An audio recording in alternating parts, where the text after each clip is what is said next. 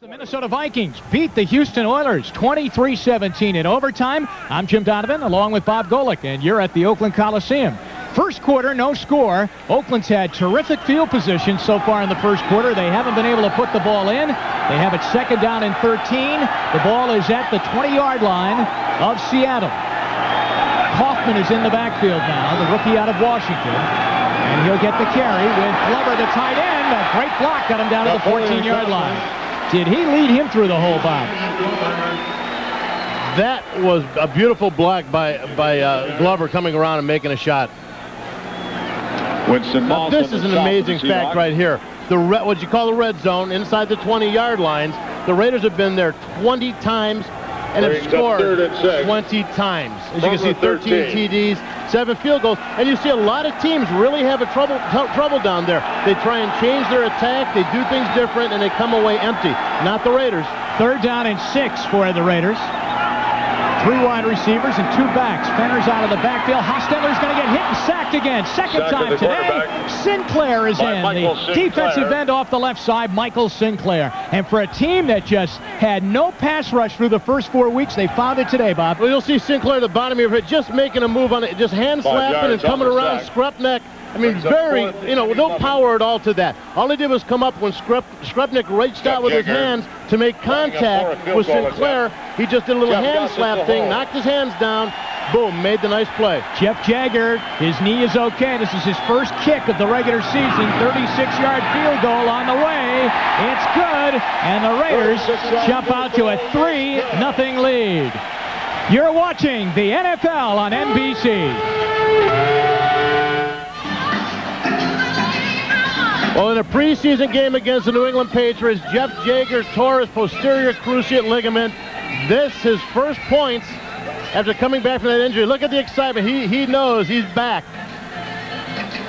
In the back of his knee, he has a piece of rubber, which is kind of giving him a little extra support, taking over for what that posterior ligament will be doing, giving him a little bit of support on the back. But they say that he is fine with kicking, that the problem they felt with him was on the kickoffs.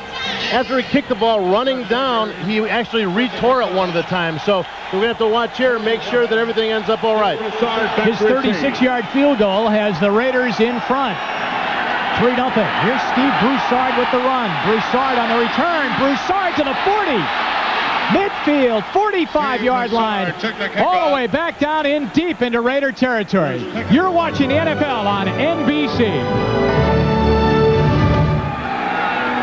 Well, there they are in their famous Blue Angel diamond formation.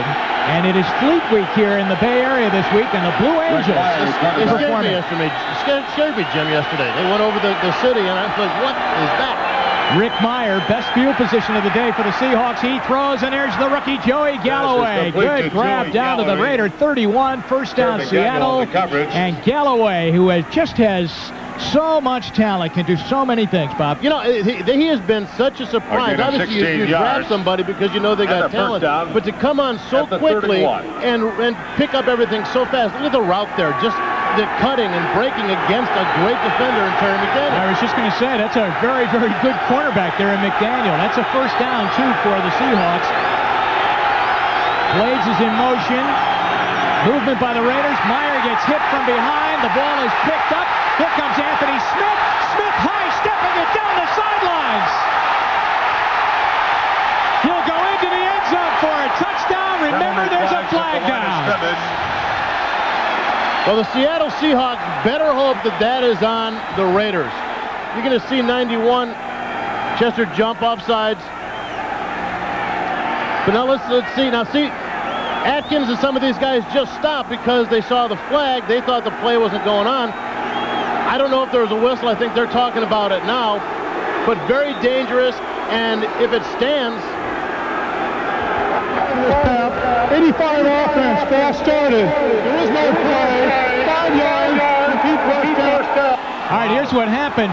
McLaughlin got back, they're saying, but Fourier, the tight end, Christian Fourier for Seattle, he was the false start, and so actually the ball should have never been. It's a dead ball. One of the keys here, now watch it jump. Fourier jumps, and then everybody stands there. Swilling comes in and just takes a shot at Meyer where nobody thinks that the play is going on.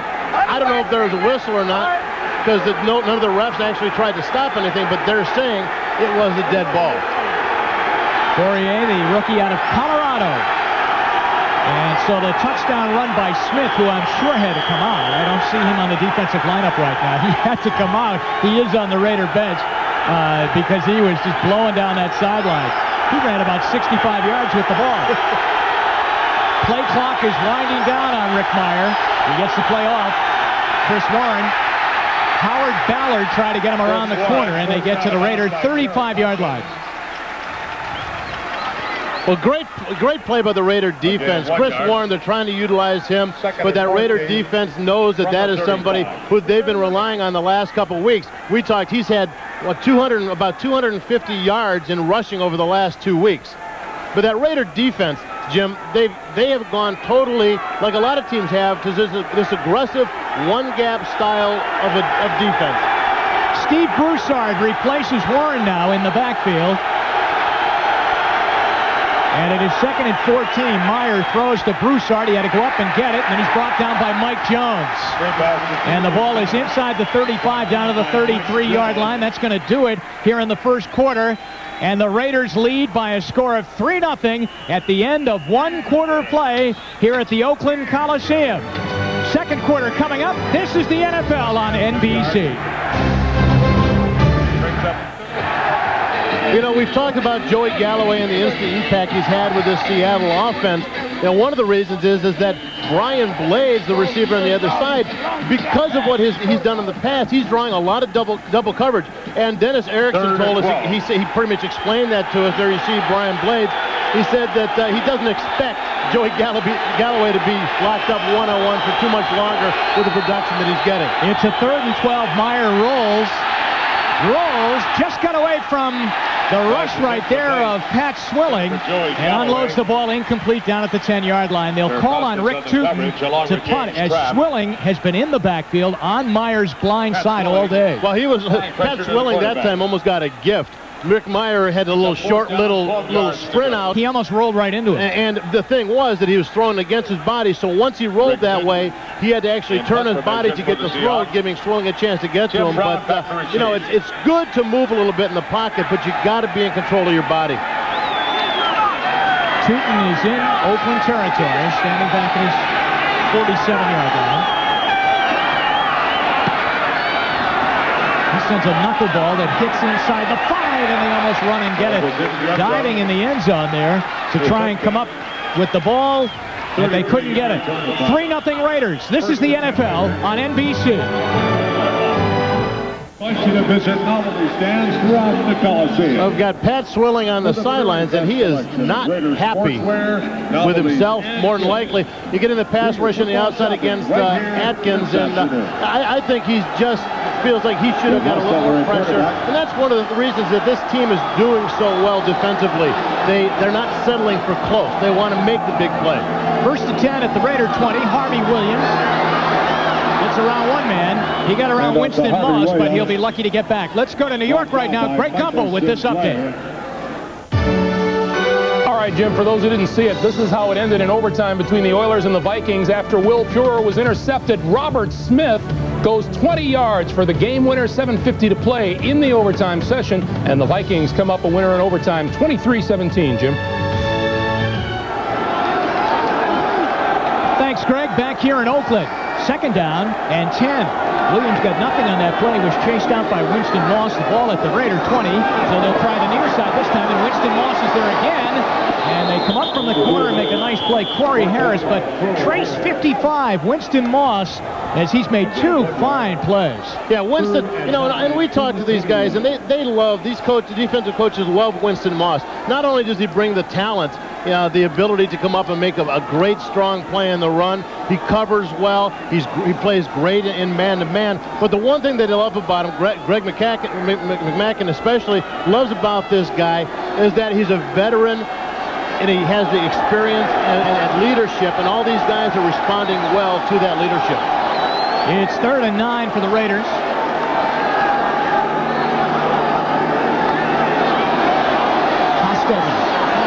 He completes it. Hobbs makes the catch. Stretch out over the 35 to the 37-yard line. Tony Brown covers on Hobbs. First down, Raiders. Sam Adams back in the backfield for Seattle. Just missed getting Hostetler. He's complaining, too, a little bit. He got hooked by the offensive lineman. You're going to see Sam Adams at left tackle with a nice little rip move. And Gogan pretty much has him locked up around the upper body there. Hobbs making a nice catch over the middle. But that's what this offense is all about. Hit him with the run, stretch him out a little bit, then drop the ball off, shorter, intermediate.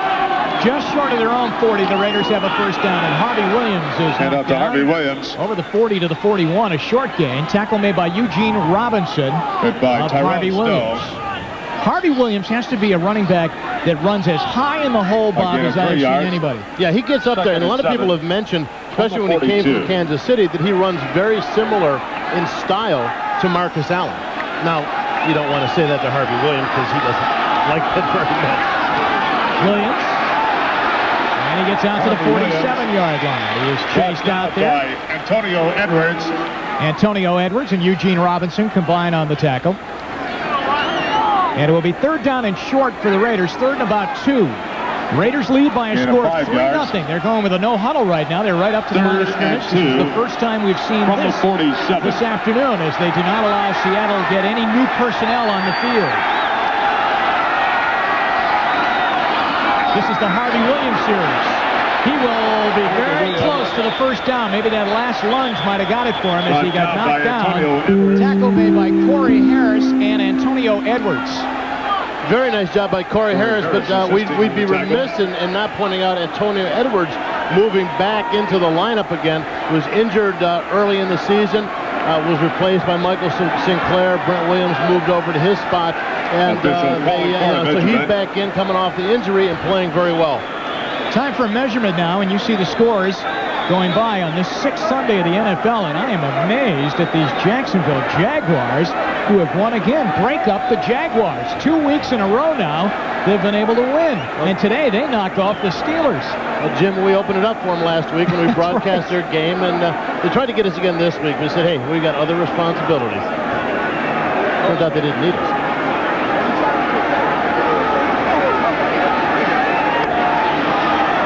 Can't see from there because the other yard marker. Oh, they're about 4 lengths shy of a first down. It's a fourth down, less than a yard. Mike White and Joe Bugle. This is taking a long time to make this decision, and now you see Hostetler wave the offense. Go. Jeff Gossett started walking on the field, but only got about 3 or 4 yards. They are going for it on their own side of the field. Now, you know, this is Joe Bugle's part of this offense. He loves that running game. He has taken that Raider offensive line. There are some huge people in there. Strepnick, Grogan at 325 apiece. You've got Wisniewski at about 300. They're just lining up and saying, you're not going to be able to stop us. We're going to put Harvey Williams back there, and he's going to pound out that yardage. Fourth down and inches. There it is. Just to bring you up to date. We're right on it for you. They've got tight ends all over the field. They've got Fenner as the first back. Williams is the tailback. It will be Williams, and he'll get it. He leaps to the 50. First down, Raiders. And Joe Bugle going, yep, told you. My stuff works. Harvey Williams pretty much getting that, though. Tyrone Stowe, middle linebacker, making a nice read, getting up and hitting him in the hole, but Williams twisting his body, able to lean forward for the first down. Again, no huddle now for the Raiders. Ball is right square at the midfield stripe. 10:55 to go in the half. 3-0 Oakland. Hostetler getting pressure. Still got the pass off, and Fenner dropped it at the 41-yard line. Hostetler really got hit by Antonio Edwards, who is having himself a ball game this afternoon. Well, he's just excited to get back, but like you said, great pressure by Edwards coming in from the right-hand side. The Raiders still in the hurry-up offense. And one of the reasons they can do this, Jim, is that they have a certain number of plays, but they run the same plays from a lot of different formations. So they can sit out there with 3 wide receivers and come in with a running attack. It's 2nd and 10. Napoleon Kaufman joins the Raider backfield and gets the ball and bounces it to the outside. Carlton Gray chases him, but a good run by Kaufman as he gets up near a first down. He's about 2 shy of the 42. Well, Kaufman knows his responsibilities with this team. As he put it, he said, Harvey Williams is the guy that goes in there and pounds it and pounds it and pounds it, softens them up, and then they put me in, let me use my speed. From the 42 of the Seahawks. It is 3rd down and 2. Ball is at the 42 of Seattle. They need to get to the 40. Not using the huddle, calling the formation and play right up at the line of scrimmage is Hostetler. He throws. I think he was throwing it initially for Kaufman. It was over his head and then ended up in the lap of Hobbs, and it's incomplete.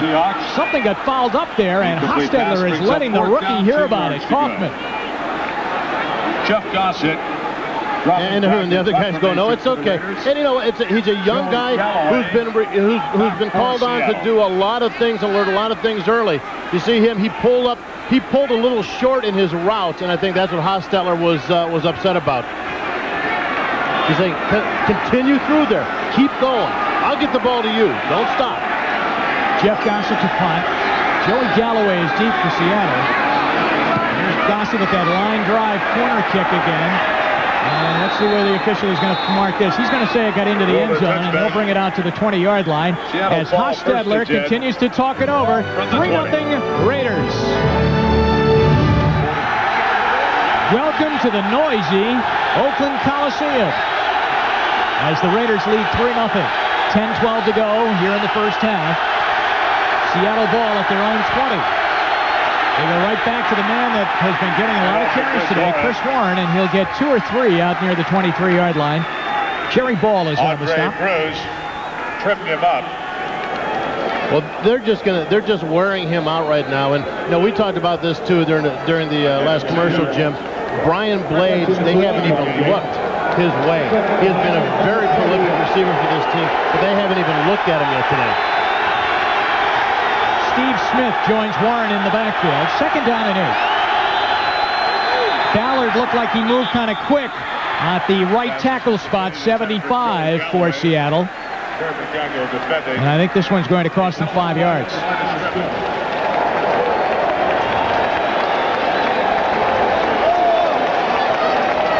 Repeat 2nd down.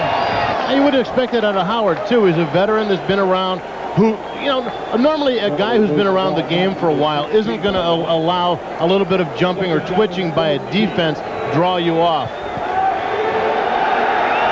Seattle now 2nd down and 14. The ball is at their own 16-yard line. They have not had good field position today.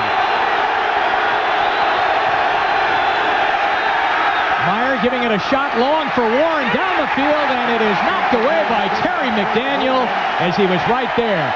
Let's go to Greg Gumbel once again in New York for an NFL update.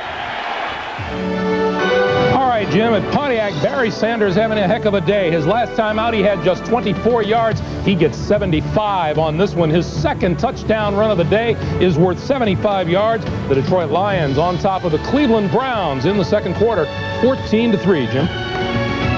That AFC Central is taking a beating, isn't it, Jim? It really is, and Sanders always has big running days against the Cleveland Browns, which is a good defense year in and year out. Back here, 3rd down 14 for Meyer. He throws, incomplete, intended for Galloway at the 35, and Seattle must punt. Rick Meyer just is just not in the rhythm on these receivers. He had both Brian Blades and Galloway on the same side. You'll see Galloway make a move to the inside here, breaking it in, and the ball's just thrown pretty much between Blades and Galloway. I'm not sure that Meyer had made up his mind where he wanted to go with that. Dennis Erickson trying to go over things with Meyer on the sideline as Tim Brown waits at his 40 for this man, Rick Tootin, to punt it away. Brown from his 36. Well, you hold your breath when he gets that football, and he's out to the 45-yard line. And a reminder, you're watching the NFL on NBC. Welcome back to the Coliseum in Oakland. Bob, who's that beautiful young lady who's too shy to look at the camera? I wish you'd turn around. Karen, that's Karen. That's my fiance, and obviously she's more interested in the game than what's going on now. We'll show her to you a little bit later, but if the Raiders keep playing the way they are, she may be the first in the family to get a Super Bowl ring. Raiders coming in 4-1, leading here 3-0. Harvey Williams gets a burst. Oh, what a cutback by Williams. He's inside the Seattle 20 to the 18-yard line. There were 3 great moves there.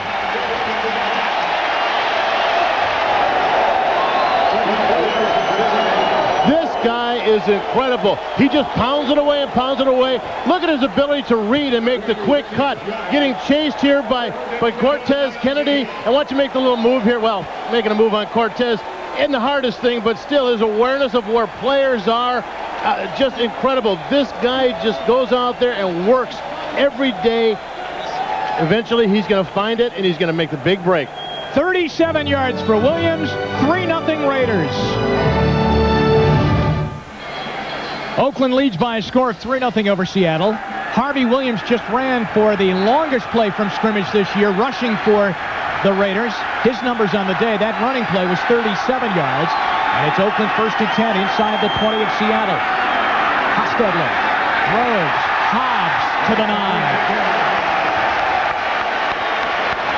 They're right up to the line of scrimmage again. Hostetler not going to a huddle. Now, this is the first time that they've used this no-huddle offense all year long, and it's working effectively. It's 1st and goal now inside the 10. Actually telling the chains to move down because I don't know if they're sure that they had the first down. He's very, very close to it, and I think just to be safe, they're going to call in the chains and measure this. The ball is inside the 10 near the 9. To the Raider sideline we go. Joe Bugle looking on. Mike White with his staff.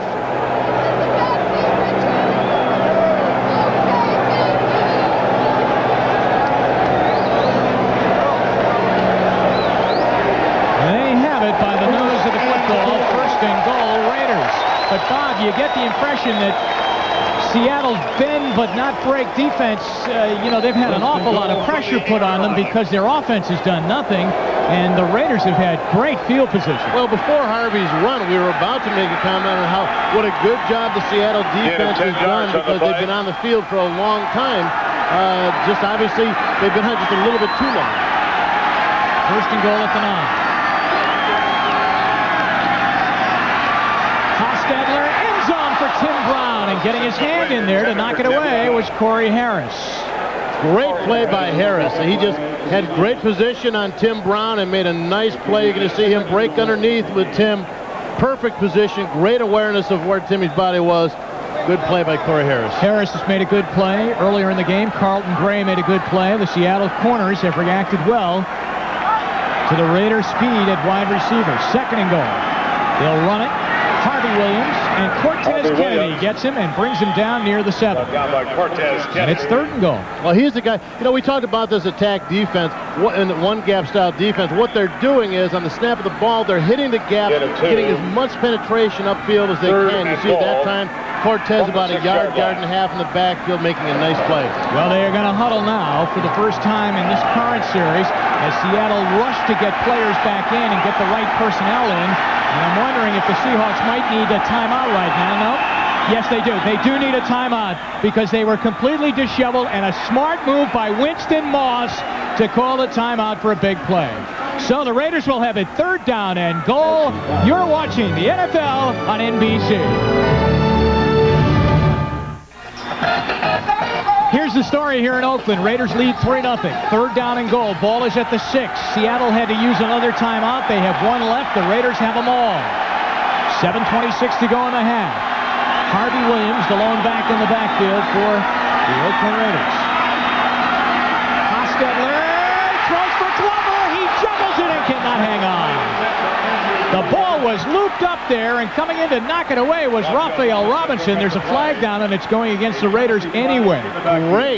Great play by Raphael Robinson, who has stepped in for the injured Robert Blackman. 78 offense, 10 yards, repeat third down. Skrepanak will get the penalty against him for a holding.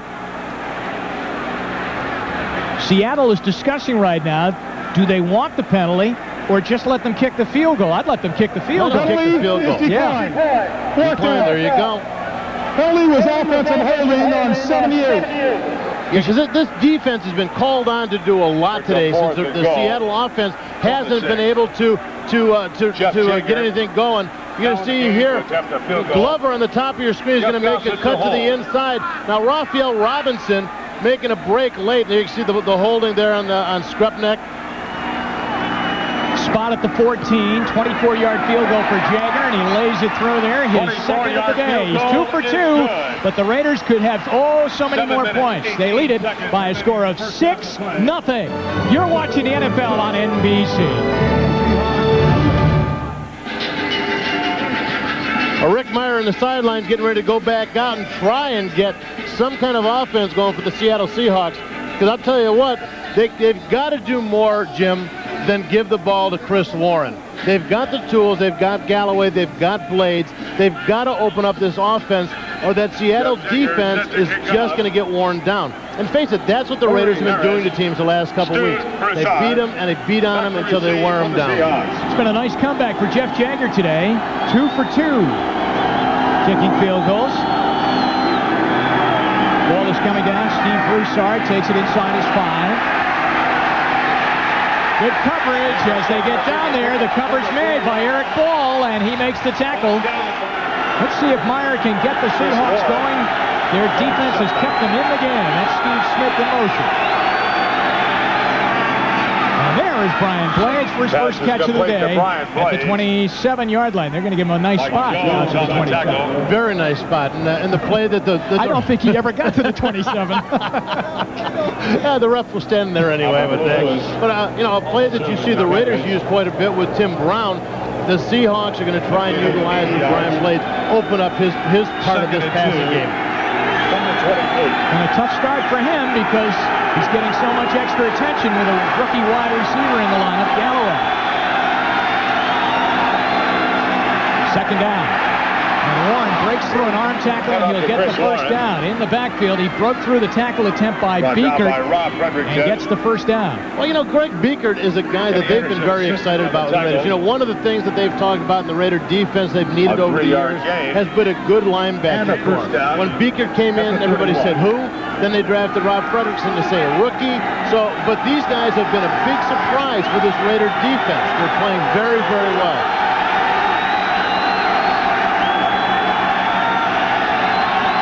Again, there's movement coming through and blowing through on the outside was Andre Bruce. Flag coming late, so you gotta think that Bruce is offsides. And there's no mystery as to who the number will be. 99, Andre Bruce. Look at him, he's kind of doing, I don't know, who, me? And watch, he just gets a little jump. Now, he was watching, he was reading Rick Meyer. Meyer was kind of rocking back in a stance a little bit. A lot of the good rushers, the speed rushers, the Neil Smith, the Derek Thomas, they watch little cues. The foot of the quarterback, you know, the something on his body that's starting to move. And that time, he just saw Meyer rocking back a little bit. Well, a nice series now for Seattle to begin with. It's first down and 5. They're at their own 36-yard line. Right back to Warren, and he's got a hole to the left side. They try to knock the ball out as he was going by, and he's brought down at the 45-yard line. That will be a first down for Seattle, showing some signs that they're going to get a little offense going. Bruce made the tackle. But once again, you're not seeing the West Coast offense. You're seeing smash mouth offense. They're giving the ball. Excuse me, but this looks like the Chuck Knox offense. That's exactly right. This is the kind of offense they've had in the past, and they've gone back to it. They're having some success. Another first down for Seattle. Down 6-0.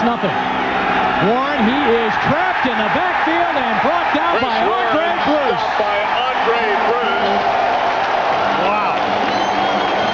What a play by Andre Bruce.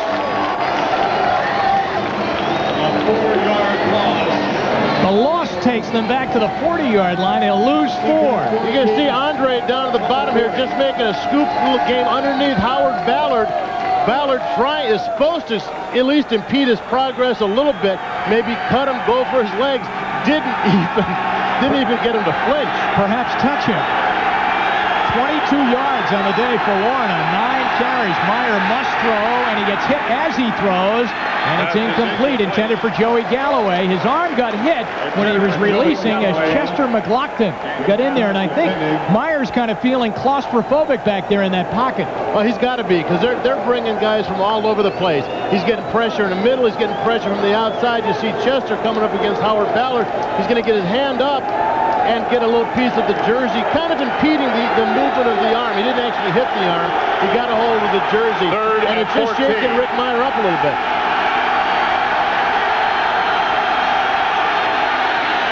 Trying to roll away from the pressure, and he's got some room to run, and they bring him down. A nice tackle from behind by Austin Robbins.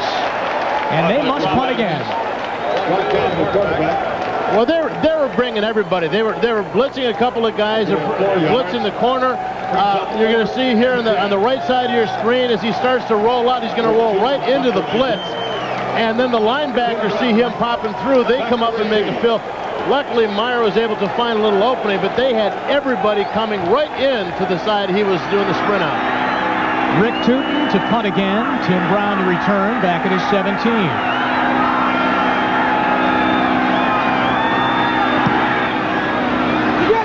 Good hit by Tootin.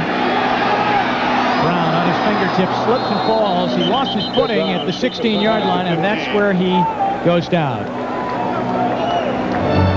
Let's take a break. This word from the NFL. As we come back, the Rocket on a reverse, and he brings it just for a couple of yards. It's once again excellent pursuit by the Seahawks defense. Terry Wooden chases the play down. So they were ready for that one. A gain of 3. I guess once a game you have to expect the Rocket's going to go back to his they're going to glory days in South Bend. They're going to use that speed any way they can to catch these guys off guard.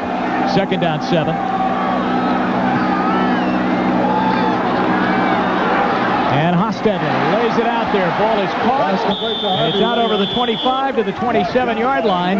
And Harvey Williams makes the catch coming out of the backfield. Winston Moss drags him down. He's up near a first down. Might be close enough for a measurement because although the referee Ron Blum's going to take a look at it. Yeah, he's going to call him in for another measurement. Officials are calling for a measurement. Well, Jim, they're just not getting into Hostetler's face. He's got plenty of time and plenty of room to see the receivers. He's not being hurried. He's not being kind of jostled around back there since a couple of hits very, very early in the game. But I have to wonder, they have to be leg work. I mean, they've been out in the field the whole first half. Their offense has been in and out and in and out. And I'm talking about Seattle. And let's see, going to give it to him? Yes, he is. First down, Raiders. That was weird. Huh? It looked like it was about an inch short. You know, you always look, though, at those, at the chains, and they're kind of, it looks as though they got to get to a hardware store and fix them every Sunday. Yeah. I mean, yeah, somebody stepped on the end of that, so it's bent. I mean, imagine coaches' futures are decided on those kind of measurements. Because the chain is tangled up. It's a first down. 2:37 to go here in the first half. Raiders 6, Seahawks nothing. Adams coming from the outside. Great hit made by Corey Harris as the pass was intended for Derek Fenner, and he separated Harris from the ball, and then a little talking going on. Well, Fenner knows some of these guys from the old days 3-4 years ago, but great hit by Corey Harris. Fenner just on the little out pattern, which is a big part of this West Coast ball control type of offense, and Harris right there to make the play.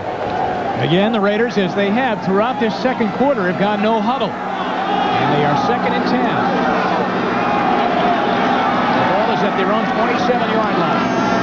Now Fenner will run it and get out to the 29-yard line. Winston Moss leads the charge as he tackles on the play, and also in there for the Seahawks was Brent Williams.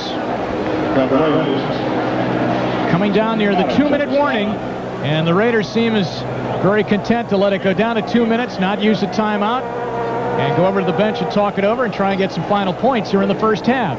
2 minutes to go here in the first half. The Raiders 6, Seahawks nothing. You're watching the NFL on NBC. Back at the Oakland Coliseum, and 2 minutes to go now in the first half. Oakland leads on 2 Jeff Jagger field goals, 6-0 the score, and the Raiders have the ball and an opportunity now to go down the field right before halftime. So the timeout situation is this way. The Raiders sitting in good position. They have all of their timeouts left. Seattle has used 2. They have 1 remaining. Joe Bugle has conferred with Jeff Hostetler on the sideline. They sit at their own 29-yard line, and they'll have the ball 3rd down and 9. So they have to come up with a big play to even really keep the drive going. Right, because they would love nothing more than to get some points. They've got to be wondering why they can't score points today. The last 2 weeks, 95 points on offense, only 6 in the first half today. 3rd down and 9.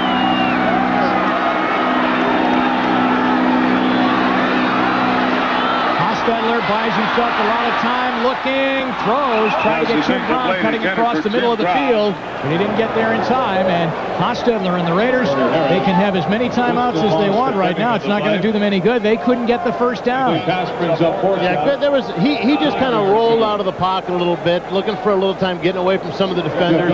Cortez Kennedy chasing him from behind, but trying to throw across his body to Tim Brown, cutting back the other way on the field. Just couldn't get the ball to him.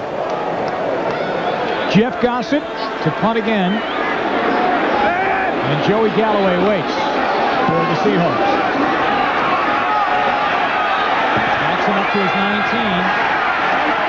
And he runs out of bounds out over the 25 near the 27-yard line. Remember, on the timeout situation now, Seattle has 1 timeout left. 1 timeout remaining here in the first half, and that's what Rick Meyer has to work with. 1:46 to go before the break. Well, he's going to have to do some ball control, perhaps even put in use their no huddle. Now, but if Seattle goes with the no huddle, talking to John Fox for the Raiders, on defense, they have a card system. Their defense, they'll hold up different color-coded cards indicating which defense they want to go to, so they don't have to work with signals and names of defenses. Urging his defensive team on, John Fox. First down, Rick Meyer throwing for Brian Blades. There is a flag down. Galloway got wrapped up with somebody at about the 35-yard line, so we'll check this call. Hoskins on the coverage. Hoskins over on the coverage. A penalty flag at the line of scrimmage. One of the Seahawks pointing that it's against the Raiders. Well, they can't do this now. Defense, number 56, lined up in the neutral zone.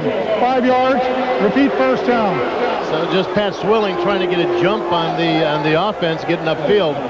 But I tell you, they can't do this now. They can't give. The Seahawks have really been verging. They hit a big play every now and again, but haven't been able to put a drive together. The Raiders can't help them at all in this drive. So it's 1st and 5 with 1:42 to go in the half. From their own 34. They run the ball, and Steve Broussard makes a nice run out to the 47-yard line. That will be a first down for Seattle. The clock is running. 1 timeout left. And they are going to go no huddle.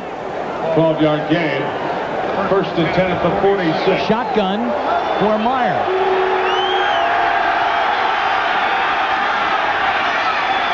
Incomplete. Off the hands of Brian Blades at the 49-yard line, and Bob, he was wide open with James Strap on him. Wide open, and this is one of the problems that Rick Meyer has had this year.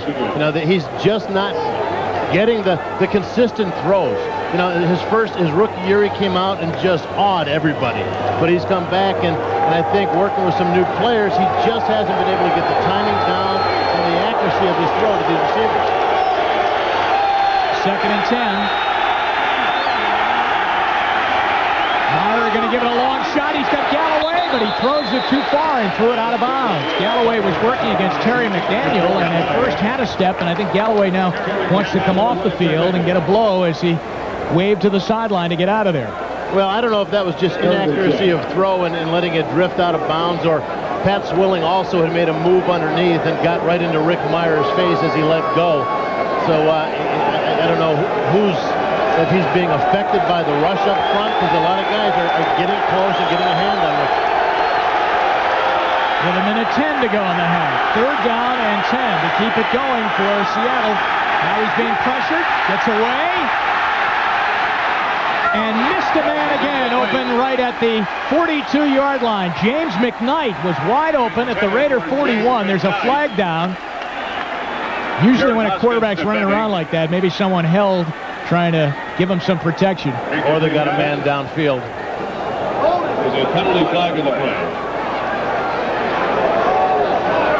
75 offense, illegal hands to the face. Penalty is declined, 4th down. Howard Ballard with illegal hands to the face. We see some blood on the elbow of Rick Meyer. And I guess we answered that question. It probably is the pressure, because just about every place somebody is coming and in his face, and Rick just is not responding well under pressure and being able to throw while he's trying to escape this rush. Tim Brown back at his 16. Rick Tootin. Fair catch. Fair catch Raiders by will Tim have it Brown at the 20. And they have all of their timeouts left. 57 seconds to go before halftime.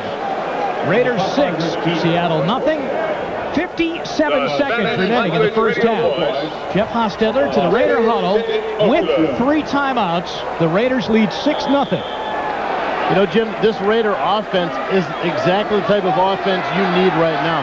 They love throwing the out. They love throwing the short intermediate out, which will stop the clock, and they still have the speed to throw the long ball. There's nobody open. But finally, Tim Brown breaks open.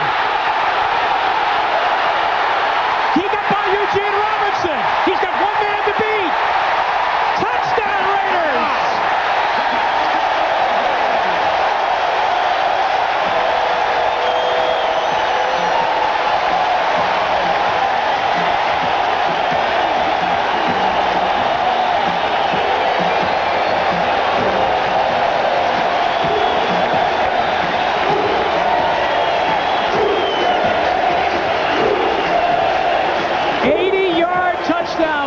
The defense finally got burned.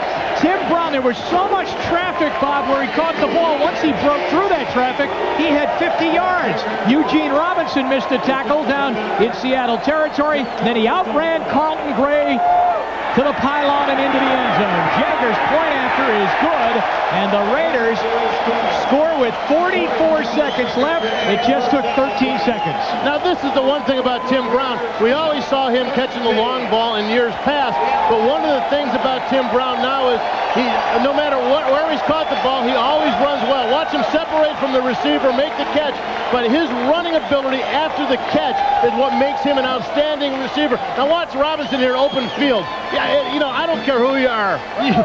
Open field against Tim Brown like that, it's a tough play to make. Jeff Hostetler from way back down the field reacts 80 yards away to the catch and run by Tim Brown. And he knows better than anybody else. Once you get that ball into Tim Brown's hand, anything can happen. Well, here's what this is exactly what the Raiders need. They really seem like they haven't been able to open up this offense into the juggernaut that we've seen the last couple weeks.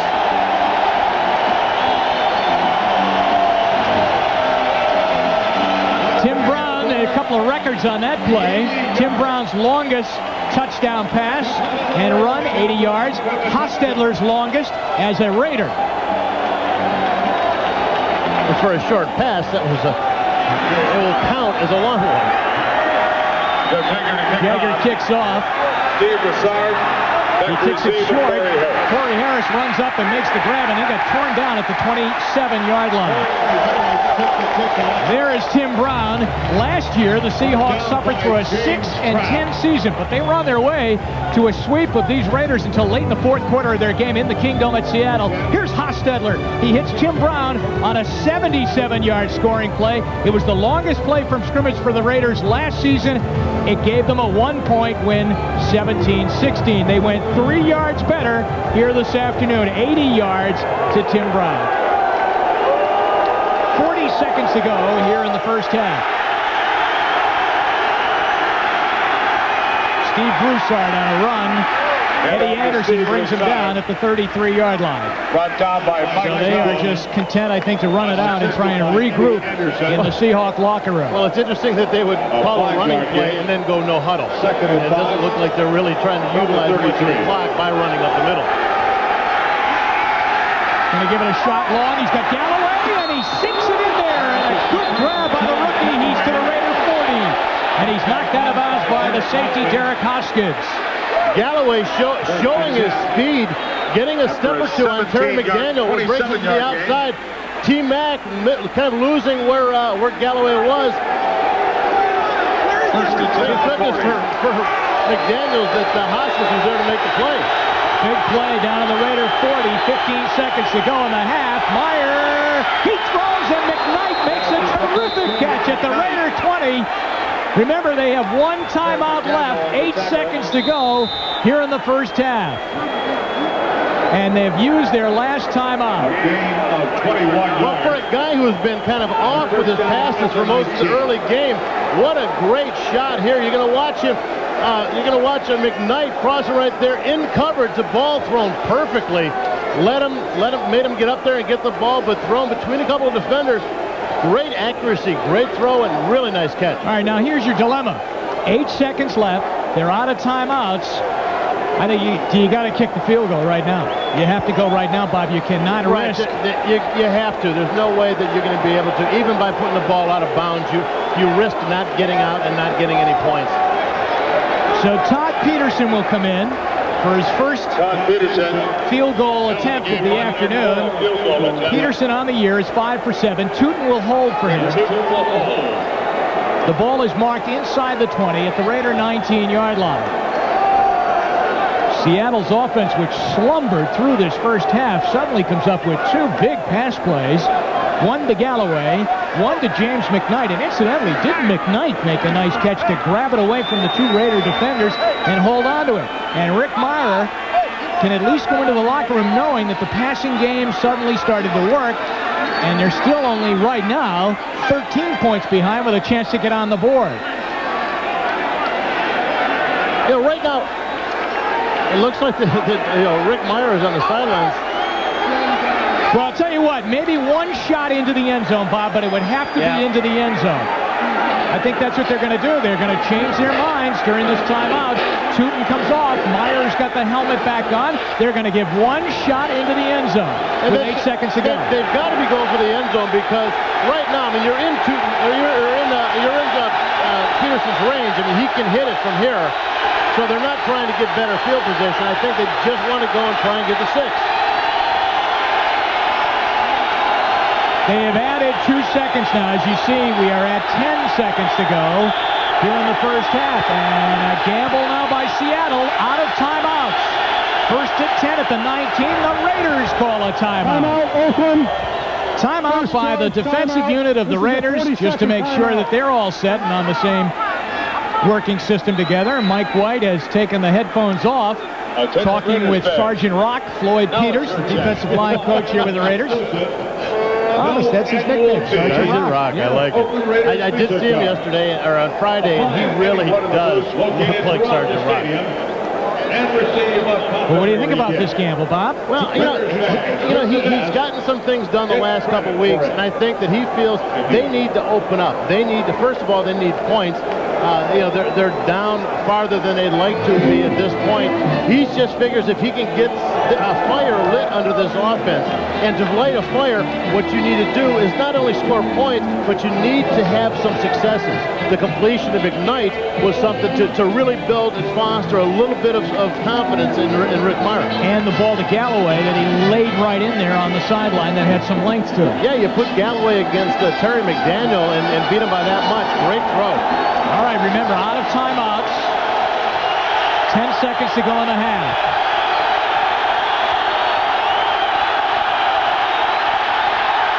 There he goes into the end zone for Blades, and he dropped it off his fingertips. Brian Blades was there. And now they'll settle for the field goal with 6 seconds to go. That play only took 4 seconds. Well, you see Brian Blades in the slot here, starting inside, going for the corner. He's just going to drop it over the top. Nice throw right there into Blades' hand, being followed by James Trapp. Dennis Erickson thinking they've got the 6 points. 37 yards. Spot is at the 27-yard line for Todd Peterson. And the Raiders are going to make Peterson think about it. They'll use another timeout. Why do they do this? Even as a defensive player, I mean, I've talked to kickers, and they're like, I don't know, it just gives me a couple extra minutes to warm up. This doesn't really bother any kicker that I've ever talked to.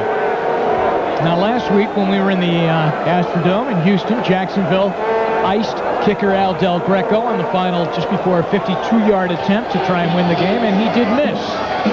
But it's still 52 yards. You know, the odds of hitting that are kind of slim anyway. 13-0, Oakland in the lead. Peterson, the spot at the 27, a 37-yard field goal attempt on the infield dirt. And he missed it. And he really missed it, too. So now what do you think about icing a kicker? All right. So maybe you got a point. Bob, he really missed this as we look at it again. Let's check the snap and the holds and see where it is. Good snap, ball's down, laces out. No, he's kicking off the dirt, Bob. He's kicking off the dirt of the infield. I'm wondering if that's a problem. Yeah, it didn't look like the footing was that bad. It looked like his plant foot got a little bit close to the ball. I don't know if that's the normal placement of his plant foot, but it seemed a little close to the ball to kick it. Just time for a snap. Jeff Hostetler down And the ball. Hostetler puts a knee down, and that's it here for the first half.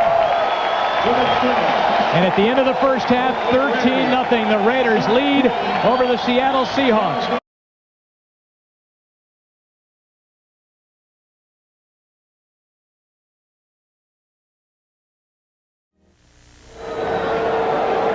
Welcome back, everybody, to the Oakland Coliseum. Jim Donovan along with Bob Golick. The Raiders lead by a score of 13-0.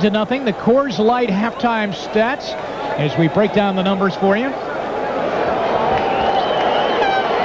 And we'll get those for you. There they are right there, the halftime stats. Well, you know, first of all, one of the numbers that jumps out is total yards. Oakland really dominating there. They've been able to move the ball, although they have squandered quite a few field position opportunities in the first quarter. And also, you look at the time of possession, not dramatically different, but really shows that the Seattle defense is spending more time on the field than they want to. Corey Harris lugs back the opening kickoff second half and brings it out to the 35-yard line. He's brought down by James Trapp. And that's where Seattle will have it first and 10. First possession for Rick Meyer. If there was anything, a silver lining, I guess. A bad color to mention, I guess, today. But if there is a little bit of silver lining in the clouds for the Seahawks offense, it's that Meyer hit two big passes right before the half. And, you know, Bob, that ball to the end zone to Brian Blades just catching it. You're exactly right. He put it right out there for Brian Blades. It was right there in his hands where he could have got it. That was Brian Blades' play, did not make it. First time we've seen that. No running backs in the backfield for Seattle.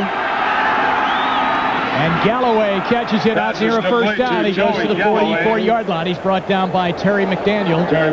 Look at the first half possessions, and really that says it all. And then going into the locker room with a missed field goal by Todd Peterson. And one of the ones that hurt is the third possession, starting on the Oakland 47, and still forced to punt. They couldn't even get it down in position to get a field goal. So they need to move the ball. They need to sustain some drives, and hopefully Rick Meyer, with some success from the end of the last half, can get something going. At the bottom of your screen, that's Chris Warren as a wide receiver, and Steve Broussard's the running back. He'll have a first down. He's brought down by the linebacker, Rob Fredrickson, out at near midfield at the 49-yard line of Seattle, and a first down and a good, crisp start for the Seahawk offense. Well, one of the things they like to do in a West Coast offense is to create mismatches. And you're going to do that when you're going to put Chris Warren up against a cornerback. You're wasting a cornerback's coverage and speed ability on a running back, basically. So you're going to free somebody else up to work against the slower coverage guys. Shotgun, Chester McLaughlin blew across the line of scrimmage, and now, for about the fourth time today, we try and decipher if he was drawn off or did he just blow across offside? Well, Chester is pointing at the offensive line like all good defensive linemen are taught to do. Of course, Chester McLaughlin is... Prior to the snap, 52 offense. False start, 5 yards, repeat first down. Chester can we say this? Maybe we can see this again. Let's check Jim Sweeney, the center, as he lifts his head up. Yeah, Sweeney lifts his head up, and as I said, most good pass rushers try and key something from the quarterback or the center on the movement of the ball, but that time Kevin Mawe just got a little bit of an early jump. It's first down at 15. Meyer to Warren. Raiders were sending some people on the play to get trapped in the backfield, and Mike Jones was there. There were too many black and silver jerseys in the backfield. They had penetrated on the blitz. Again, you're talking about a one-gap defense. Everybody has their holes. They blitz up the middle. There was nothing. There were no gaps for Warren to hit on the inside. Mike Jones stayed patient, stayed on the outside. Chris Warren cut it out to him. And they lost 2 more.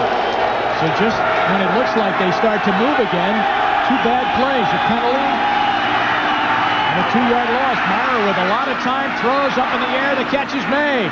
And Brian Blades fights for possession, and he's got it inside Raider territory. He's down at the 43-yard line, where he'll be 2 yards, 3 yards shy of a first down. Well, one of the things that was bothering Rick Meyer in the first half was the pressure. This time he's getting it again. Swilling coming from the outside, pressure up the middle a little bit. Jerry Ball on him. He seemed to gain a little bit of confidence at the end of the first half, throwing a little bit better, throwing with a little bit more confidence. And it's 3rd and 3 with Blades in motion. Play action fake. They should have the first down on the catch by Blades. There's a flag down on the play, but they'll give him forward progress inside the 40 at about the 39-yard line. Now a big call for Seattle fans to see if the offense can keep the drive going. Wow, what is the mystery about this call? Offside, defense, 5 yards, first down, number is unreported. Number is unreported. So it's a first down. The ball... we just know somebody did it. We're just not sure who. And we don't want to give the wrong name. The ball is at the 38-yard line. First drive, second half. Seattle down 13-0. No backs for Meyer. Chris Warren drops the ball at the 32. Now, is that Warren or is that one on Meyer? Because that's just a simple pass pattern of throw it and catch it. Well, hey, Terry McDaniel, who was in coverage on Chris Warren, slipped. So Chris Warren was wide open, and I think that one was on Warren. The ball was thrown a little bit to the outside. Rick Meyer trying to throw it away from where the coverage is going to be. Chris Warren just not making the grab. Very characteristic of him. Now into a 2-back set with Steve Smith, the fullback, and Warren, the tailback. Getting the tight ends all lined up, which has the Raiders jumping around on defense. Play action. Caught by Smith, the former Raider. And he brings it down to the 21-yard line. First down, Seattle. The first time that Smith has been involved in the offense today. He is a little stud. That guy is just built like a fire plug. Just will go out there. He blocks extremely well, and that's usually what they call him on to do. But even when he was with the Raiders, he was a nice guy to dump the ball off to. Again, they went with the play-action pass, held Mike Jones just a little bit, just long enough to let Steve Smith get past him. 4 wide receivers, no backs again. First down, Seattle. Blitz coming up the middle, and he throws it away over the head of Brian Blades, just trying to get rid of it. They were really blowing through, and I believe it was Fredrickson that finally came through clean, Bob. Yeah, they ran some stunts up front, opened up the middle. Once you run some games with the defensive lineman up front, or you make the moves to the outside, it pretty much leaves it wide open. Fredrickson, I don't even know if he wanted to blitz or he just saw an opportunity and went and took it. I think the most important part here is just kind of caught in the middle between Fredrickson and Pat Swilling. Now Broussard is the running back, and he'll get the carry with a wide open hole. He's to the 10. He's in. Touchdown, Seattle. Touchdown, Seattle. That's what Steve Broussard can bring to the Seahawks offense. A burst of speed, a big hole that they must have seen. Well, he's a small guy in size, but he's got the power. You know, they like his diminutive size because he can kind of hide. You don't really see him. Now watch him here. He's going to start off to the left and cut it back. Rob Frederickson gets caught, sealed off on the backside by Kevin Mawe, just leaving that hole wide open. That play goes on the backside linebackers. When the play starts to the front side, you've got to leave somebody backside, and Rob Frederickson was sealed off on the backside, leaving the hole for Broussard. Peterson's kick is good, and the Seattle Seahawks are right back in the game. Flag down again. 12 men on the defense. The extra point is good. The penalty is enforced on the kickoff. 5 yards. That's right. Mark it off on the kickoff. Seattle's back in the game. 13-7. We'll be right back. And we'd be remiss in not mentioning that the music for NBC this year, done by composer Randy Edelman, out of my neck of the woods out in Los Angeles. Phenomenal new music. Todd Peterson kicks away after a 65-yard touchdown drive. The Rocket takes it right on the goal line for the Raiders, and he's got a big lane on the outside, and is out at the 39-yard line, 38-yard line, back and one. First down for the Raiders there. 1st and 10 Raiders now, leading by 6, 13-7 to score here, third quarter, their first possession. Glover, the tight end, catches it. He's out to the 41-yard line. Carlton Gray on the coverage. Carlton Gray. Well, you know, you look at the possession here, and I talked about this coming out of the half. Where they started off their drives, the 50, the 47, the 48. At the beginning, they had some great opportunities field position-wise that they really didn't capitalize on. They got some field goals, but just didn't get the points that they had been getting the last couple weeks. As they did in the second quarter, the Raiders do not use a huddle. Right up to the line of scrimmage. Harvey Williams trying to get the first down. He got a nice block on the outside. He's got the first down. Goes up to C-Daisy. And when he landed, and it was a pretty landing, he had a Raider first down. Eugene Robinson, I think, was the guy that tipped him over. Yeah, he did there. Nice block on the outside there. And the support people, Eugene Robinson, Corey Harris, just didn't get up into the line of scrimmage like they should have to shut that play down. Now the Raiders in Seattle territory at the Seattle 49. Hostetler to the middle. There's Glover, the tight end. Robinson brings him down, but not before he's got big yardage to the Seattle 25. Great protection on Hostetler. Wide open to Andrew Glover right over the middle. Tell you what, they love spreading this ball out to all different receivers. Defensive coordinator McMacken on the sideline for the Seahawks.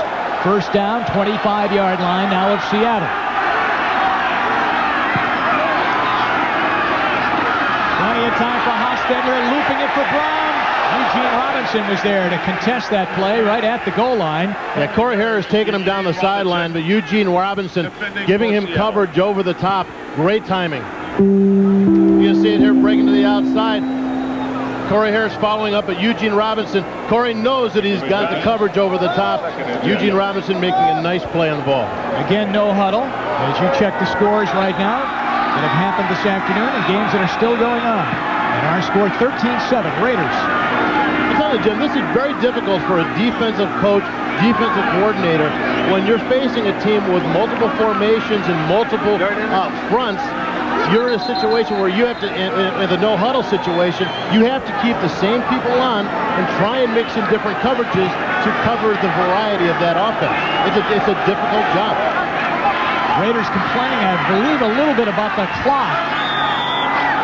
And now they're back up. Second down and 10. The ball is at the Seattle 25-yard line. They'll run it to Harvey Williams. He cut it back, and he cuts it up the middle. Touchdown!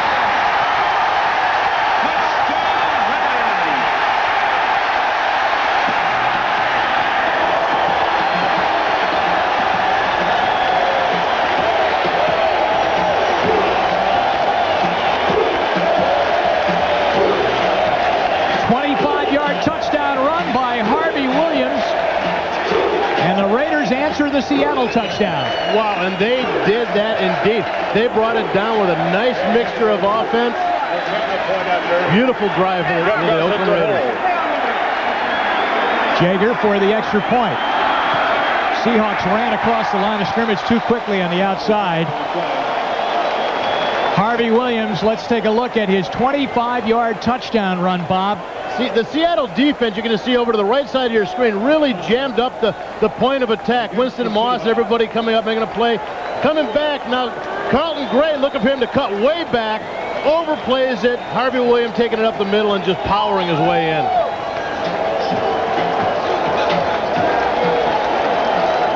Check out that flag now. Offside. Defense, number 30. The point is good. 5 yards will be enforced on the kickoff. And we'll be back 20-7. You're watching the NFL on NBC. Well, Harvey Williams, you see, getting a little rest after a incredible touchdown runs that put him up to 100 yards for the day so far.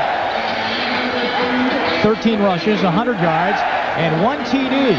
And you know, it has to be a lonely feeling. We've seen it twice on Tim Brown's run and now the run by Williams, that Seattle secondary is forced to make a one-on-one open field tackle against a guy that's got a full head of steam, and they haven't been able to do it twice.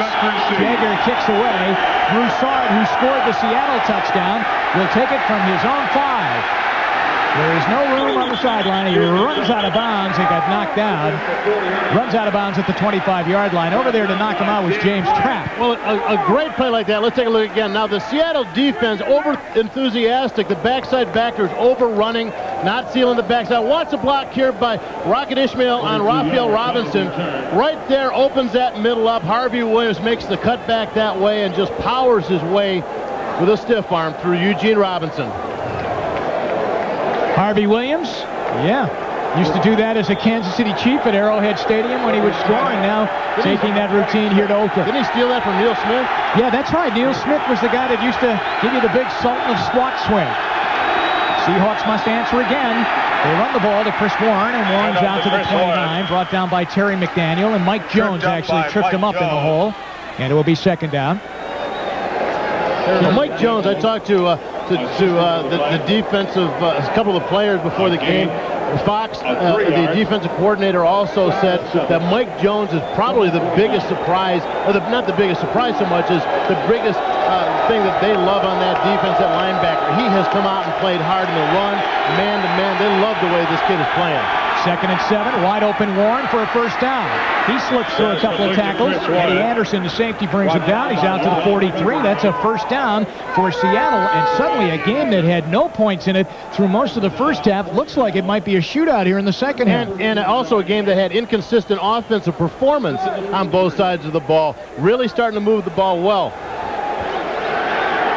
Rick Myers starting to look more comfortable after he had a bad start here in the Oakland Alameda County Coliseum.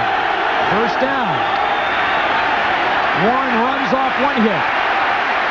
See, that's a good running back when they slide off a tackle and they might pick up 1 extra yard, maybe 2, but that's why they go for 1,500 in a season. Right. That's hey, nickel and diamond. You keep getting those extra yards.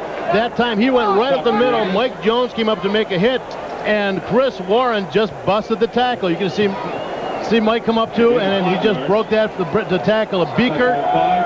He must have gone through about 6-7 guys, carried a couple with him. And Beaker with that right hand, look at, strip it out of there, but Warren holding on, and that's another sign of a very good running back, able to put the ball away. Second down and 5. The short drop, the cross, and the drop. First time in the lineup today for Seattle, and the drop by Lamar Smith. And that won't get you many more balls thrown your way. Well, they matched it up, Lamar Smith against Mike Jones, and it was, that's a kind of a high percentage pass. He always seemed to complete that pretty readily, but Mike Jones played it so tight that he was able to get his hand there and make the play on it and knock the ball down. Mike Jones having a great series this time. Cloud getting behind the Raider defense, 3rd and 5. Showing blitz. They didn't come on it. And on 3rd and 5, Broussard runs the ball on 3rd and 5, Bob, out to the Raider 49-yard line, and they are well short of the first down. They'll punt it away. And plus, they didn't go to his strength. His strength is a cutback. He is so quick and so speedy when he breaks it back. He just went to the front side, stayed there, and Rob Fredrickson has made a nice hit on Broussard. Back to receive. There's Rick Tootin. Both punters, Tootin and Gossett, have been very busy today. Tim Brown waits.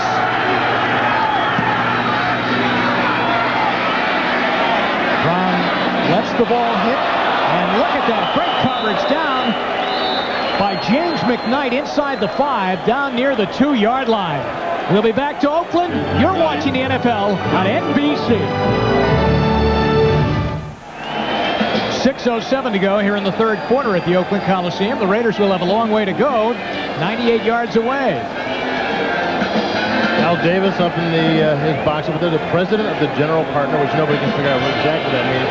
But I'm telling you, of all the owners that I've met over the years, he could come up to any player on the Raider field at practice, pull him off, and coach him at his position.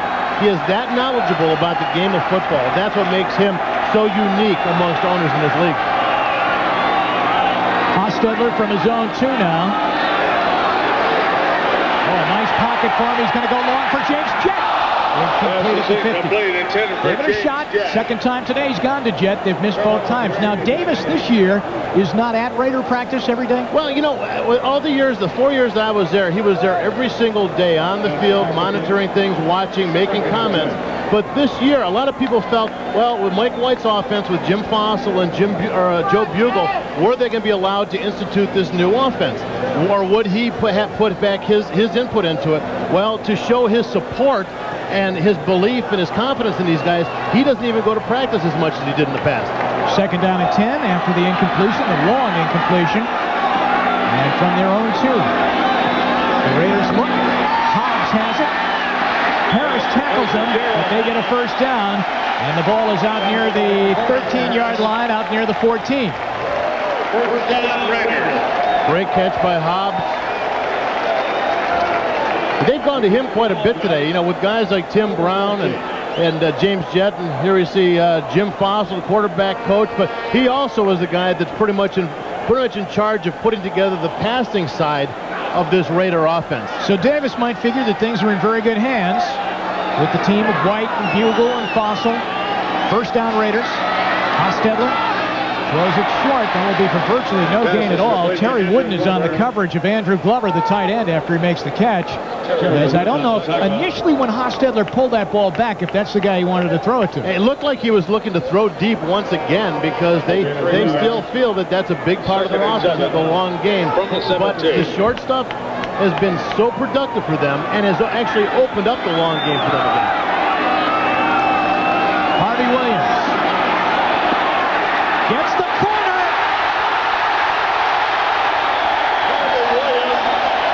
All the way to the Raider 47 and a first down. Well, Jim, he did not have much of a corner there. They strung him, watch as he goes to the right side of the screen here, they strung this Winston Moss coming up. Eugene Robinson strung it about as wide to the sideline as they could. He found that spot, beating Wooden there, and just finally being stopped by Raphael Robinson. What a great play, great speed at able to get to that corner and turn it the way he did. An injured player over there for the Seattle Seahawks as he came up injured, Tony Brown. And so we'll check on him. Right now, you're looking and watching the NFL on NBC. Well, one of the many successful blocks on that run by Harvey Williams. The main one coming by Tim Brown on Tony Brown. Just really opening up that corner for Harvey to be able to turn it upfield and break it. And look at the numbers that Harvey's put up today. 14 rushes, 130 yards. He is having a career day. The touchdown was a 25-yard run. Napoleon Kaufman is in the Raider backfield for the first time in a long, long time. Hostetler in trouble. Cortez Kennedy can't put him down. So now he just throws it away. Cortez, who had a sack there, Wow. Just couldn't get a hand on that jersey and bring Hostetler down. You know, there's so much is put on Cortez's shoulders to be the guy. Look at the move he puts on Dan Turk there. One quick move, but the strength and the awareness of Jeff Hostetler allowed him to fight through that. I'll tell you what, Cortez is huge. Somebody that big gets a hand on you, it is hard to keep him falling down, but Hostetler showing great strength. 2nd and 10 from their own 47-yard line with 4:19 to go here in the 3rd quarter. The Raiders go right back to Harvey Williams with a flag thrown as he gets into Seahawk territory down at the 48, but we'll check out the flag. It was as soon as the snap was taken.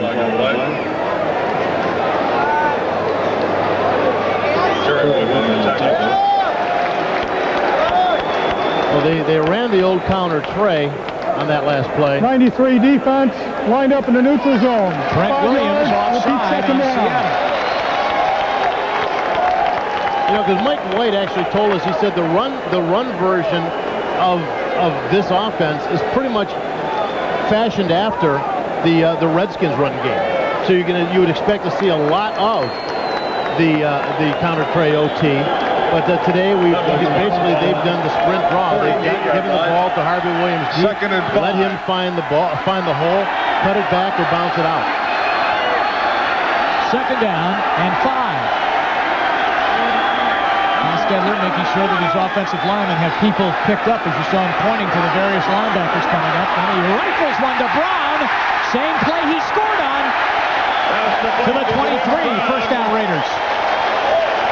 Well, he caught him the same place. I think this time he was coming from the other side. They just caught him dragging. You're going to see him right in the slot. He's going to make the move outside of Corey Harrison, right around him. Nice, wide open over the middle. But I tell you what, Tim Brown being a speed guy, but he certainly knows how to work his way between receivers and away from coverage. I think he wants to keep it quiet. Keep it quiet. I thought at first he was motioning up like, let's hear it, but he wants him to be quiet. 1st down Raiders. They go to Williams. A little running room again, and turns it into a nice gain down inside the 20 near the 18-yard line. The tackle by Brent Williams. Well, they went with a version of the counter tray OT. It was more of a counter tray OH. Instead of the backside tackle pulling. Sounds like you're teaching chemistry. You know. Look at this, 14 rushing, 130 career high for Harvey Williams. You know, they have been doing this running back by committee, but he has been the head of the committee today. Hostetler out of the backfield. That's Derek Fenner. Now Hostetler is using all of the different personnel at his disposal. Now you're watching Fenner catch the ball. You're watching Williams run. You're watching Glover catch, Brown catch, everybody. You know what? In the midst of this, the Raiders playing so well offensively, I can't help but notice they're wearing down that Seattle defense, but just about every play, Cortez Kennedy is up in Hostetler's face. The man is just always working. You see Sam Adams there, but Cortez Kennedy just working every single play. Seems like a lot of that Seattle defense at this point is really getting worn down. Raiders need a timeout. Couldn't get the play in right. Couldn't get the people where they wanted them, so they'll use the timeout rather than risk the 5 yards on a delay of game call. And Hostetler not happy. We'll be right back. You're watching the NFL on NBC. Back at the Oakland Coliseum after the Raiders used a timeout, which Jeff Hostetler was seething about that they couldn't get that play in, but they used the timeout because it's a big play coming up. 3rd down, less than 1. They're inside the 15 near the 12-yard line of Seattle. And you know what, Jim? We saw Tim Brown signaling for the crowd to be quiet. The one point we haven't made is that Jeff Hostetler has made this offense so much of his own to fit around him that he is calling about 50% of the plays as audibles out on the field. So he's got to have some quiet to be able to communicate that to the rest of the guys. Barrett Robbins checked in. 63 is an eligible receiver.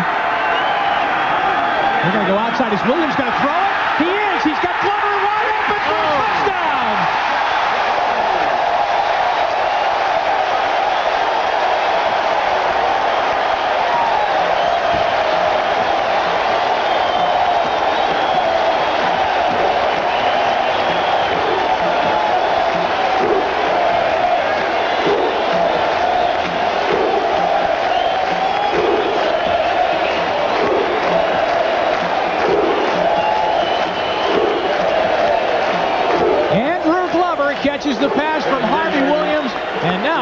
Yes, Harvey Williams has had the complete day. He's hitting for the cycle. Jager's kick is good, and the Raiders have opened it up. Bob Golick, 27-7. What a fantastic call on 3rd and 1. Now they had a line like it was going to be a short yardage run.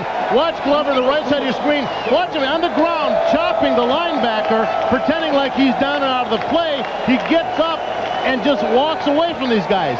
It's a weird play, and it works every once in a while. You come out, you fire at the guy down, you fall down to the ground.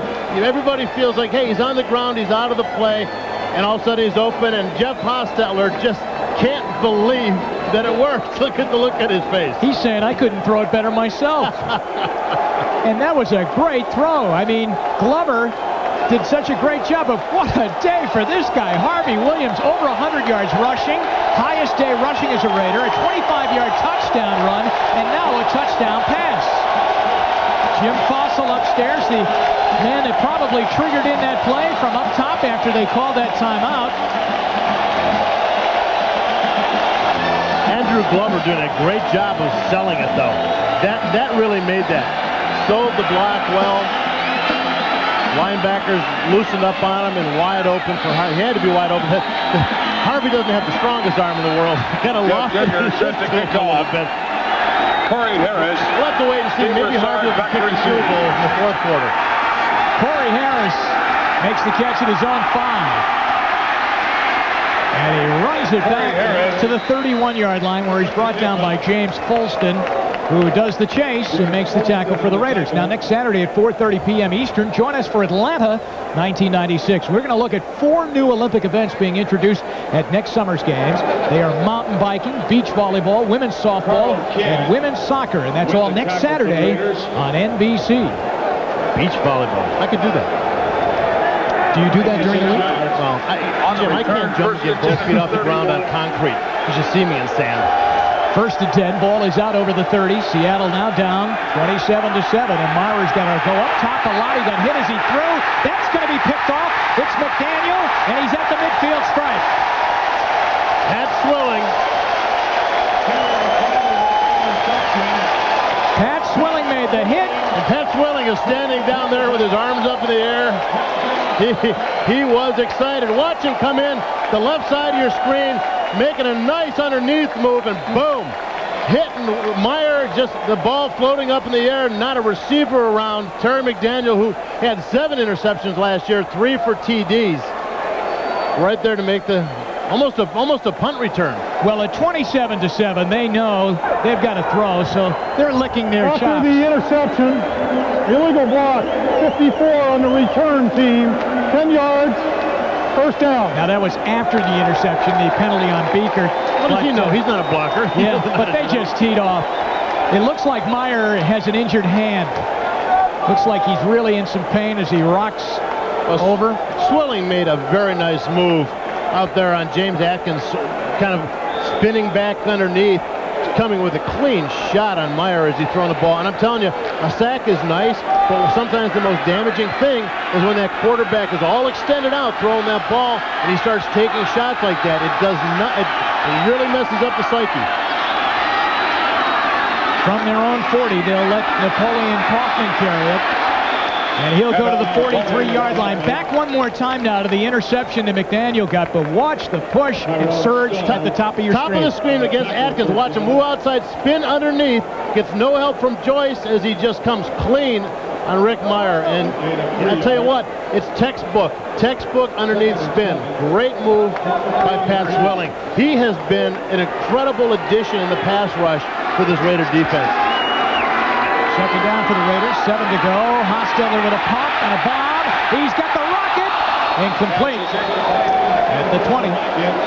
Boy, you get the feeling that the Raiders want to put on an offensive explosion now here through the remainder of the 3rd quarter and into the 4th. We have a penalty flag down.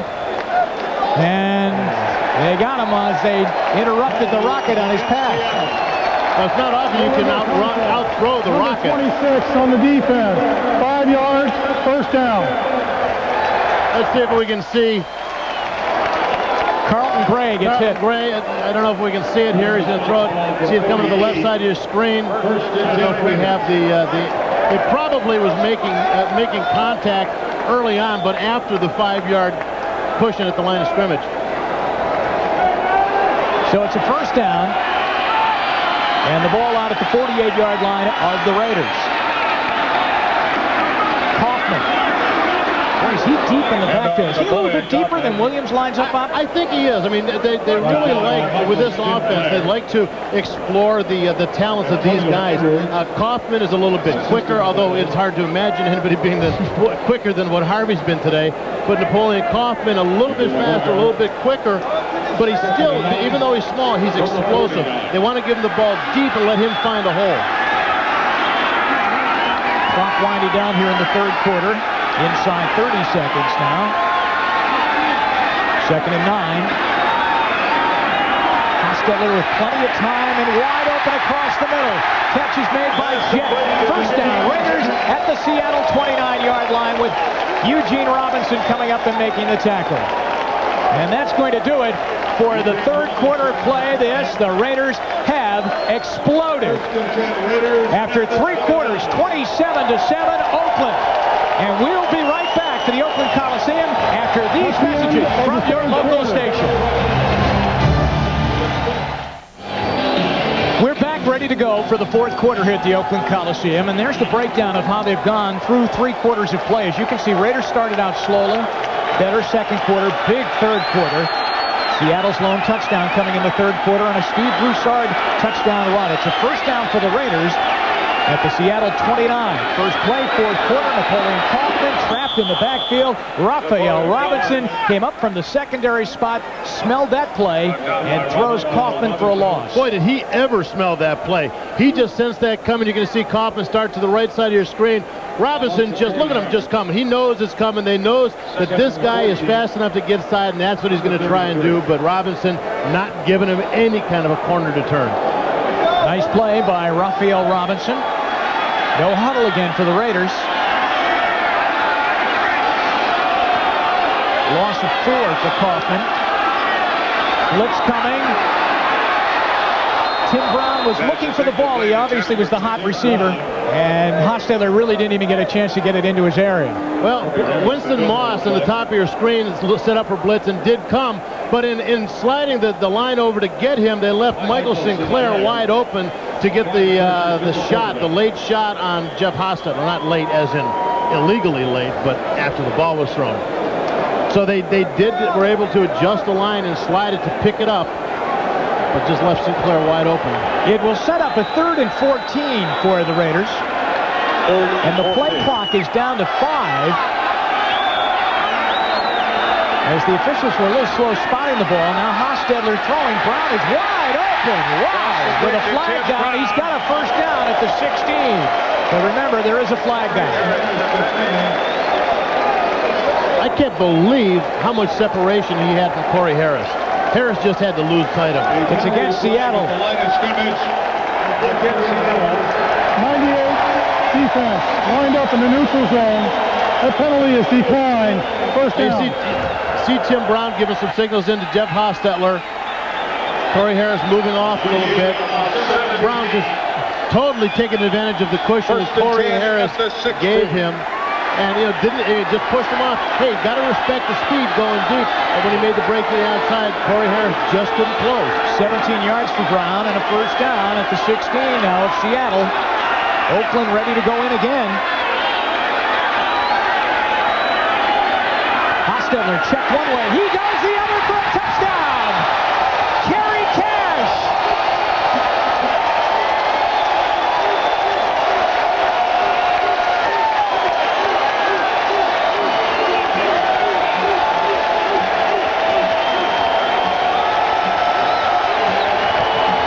Jim, once again, they are all over the field throwing to receivers.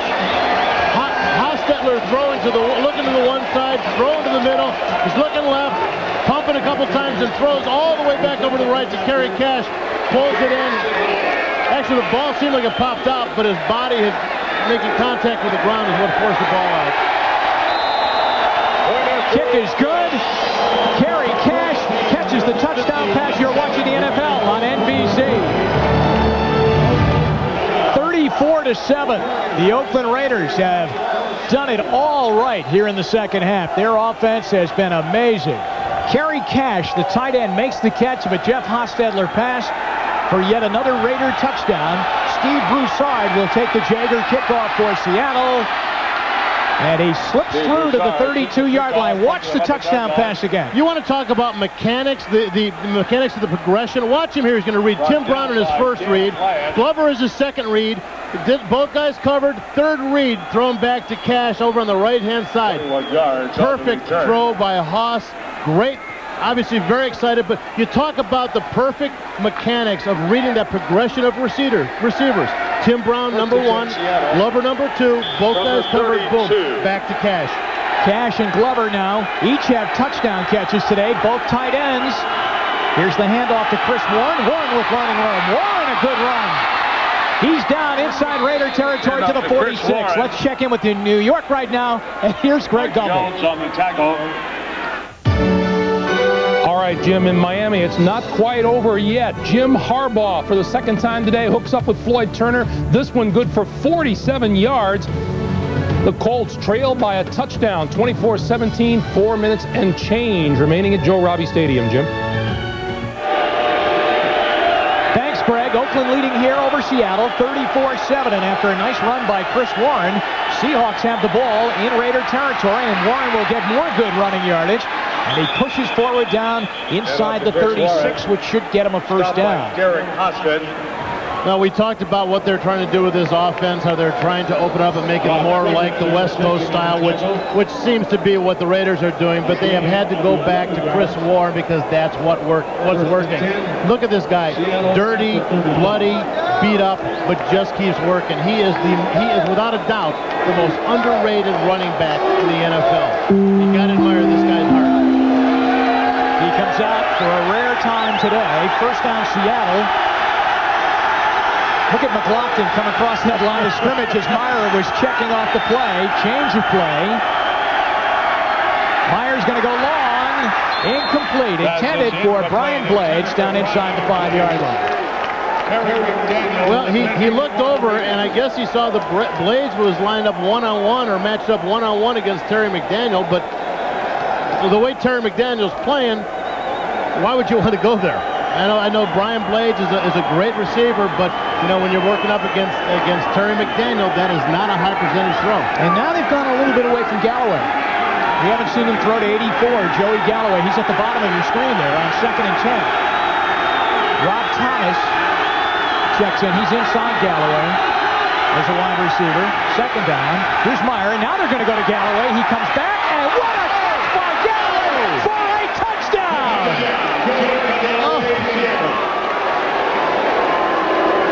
You deserve to take your helmet off, young man. That was a catch, a great catch.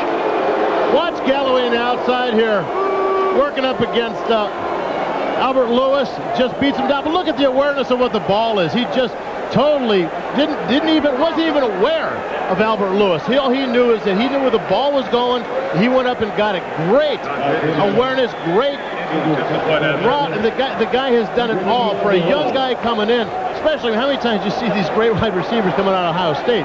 Woody Hayes has just would be amazed at this point. What a beautiful catch by Galloway. Todd Peterson for the extra point. And Seattle comes right back down the field and they score. It's 34-14. You're watching the NFL on NBC.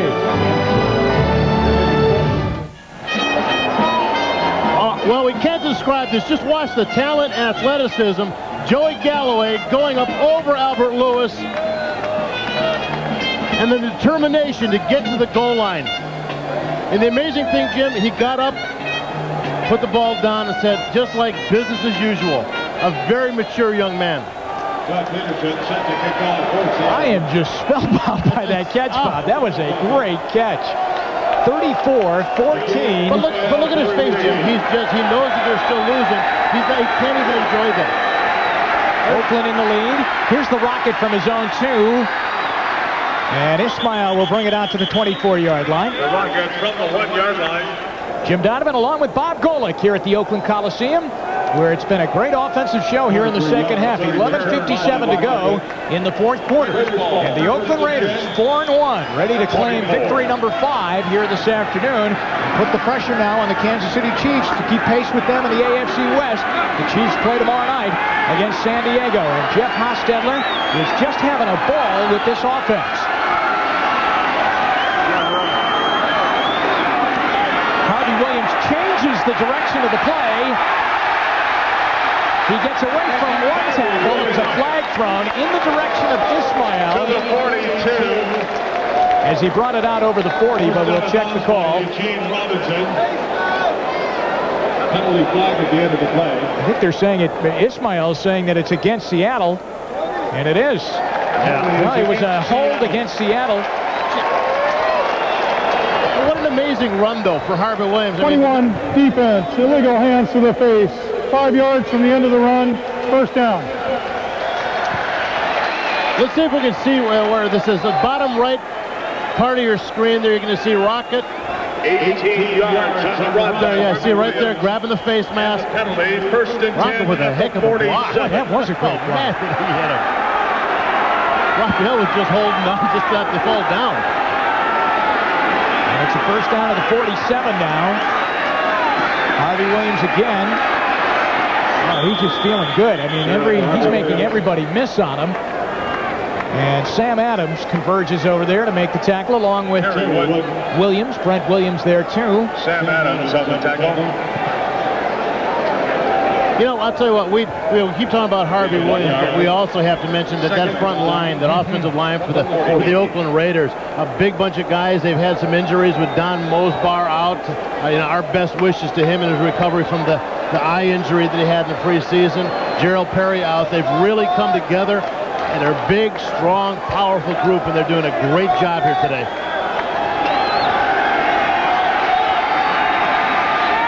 And 2nd and 9, Hostetler going up. He's got the rocket. Ismail down to the Seattle 39.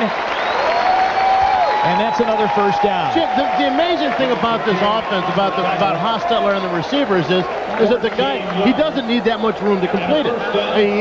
These guys almost don't even have to get that much separation from the coverage people. The receivers are that good that they can catch a ball with a defender all over them, and also Hostetler can get him the ball right there on the side away from the coverage to make a completion. Once again, he can call the play up at the line of scrimmage, and they have evacuated going up against a huddle through much of the second quarter and a lot here in the second half. So they call the play at the line of scrimmage, and he runs right into Brent Williams, does Harvey Williams, and at the 40-yard line. Brent Williams. Oakland dominating in every category now. 460 total yards in the day. Seattle with just 272. And you know what, Jim? If the last couple of weeks repeat themselves, they're not stopping. They have been a team in the past that have been criticized for perhaps not putting a team away.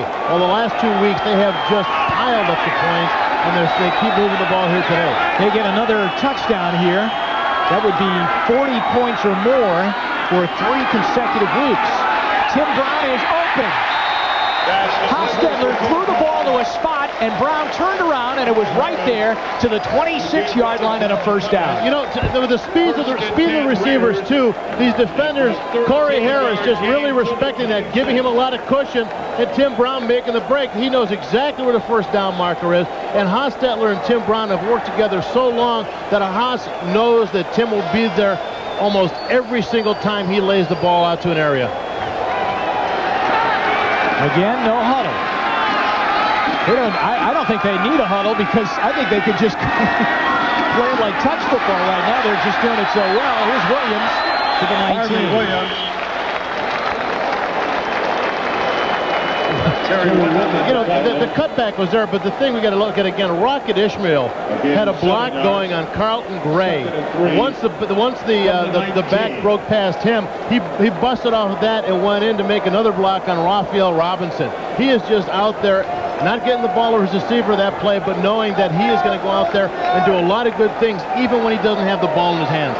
2nd and 3. Ball is inside the 20 at the Seahawks 19-yard line.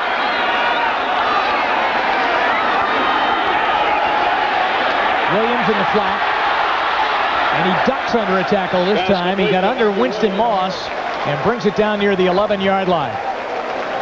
Well, here's another look at Jim Fossil, part of the three-headed monster that's running this offense with Mike White, Jim Fossil, and Joe Bugle. But Fossil, you got to believe that the way that the pass is such an integral part of this offense and really sets up the run, loosens up the defense where the run can be effective. So what a great chemistry they put together in this offensive scheme. Once again, the Raider offensive lineman asking the crowd to keep it down. Play clock is down to 4. They give it to Kaufman.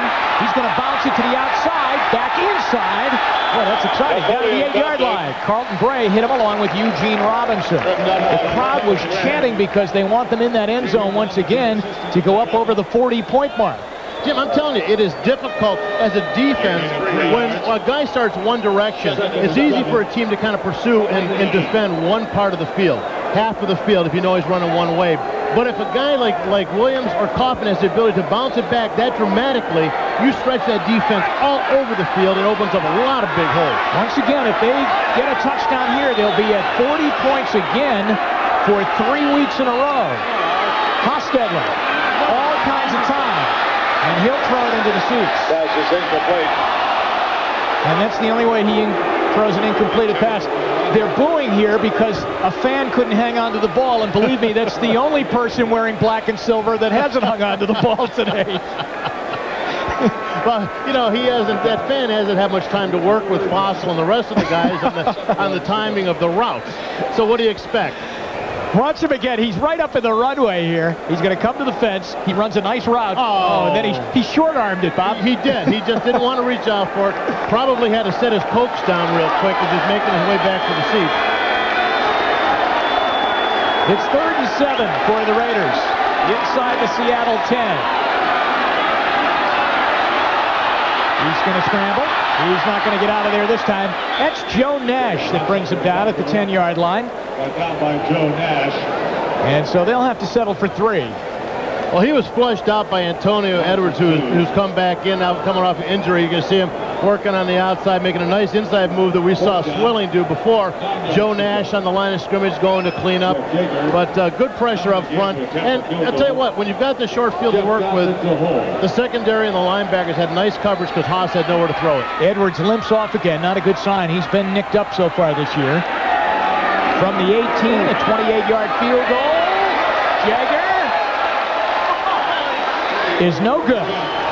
Jagger's going to contest it. He says it went over the upright and was good, but from inside the 20-yard line belongs the official to the says defense no good. 20-yard line. Jagger's first miss. He is not happy. He is going after that ref.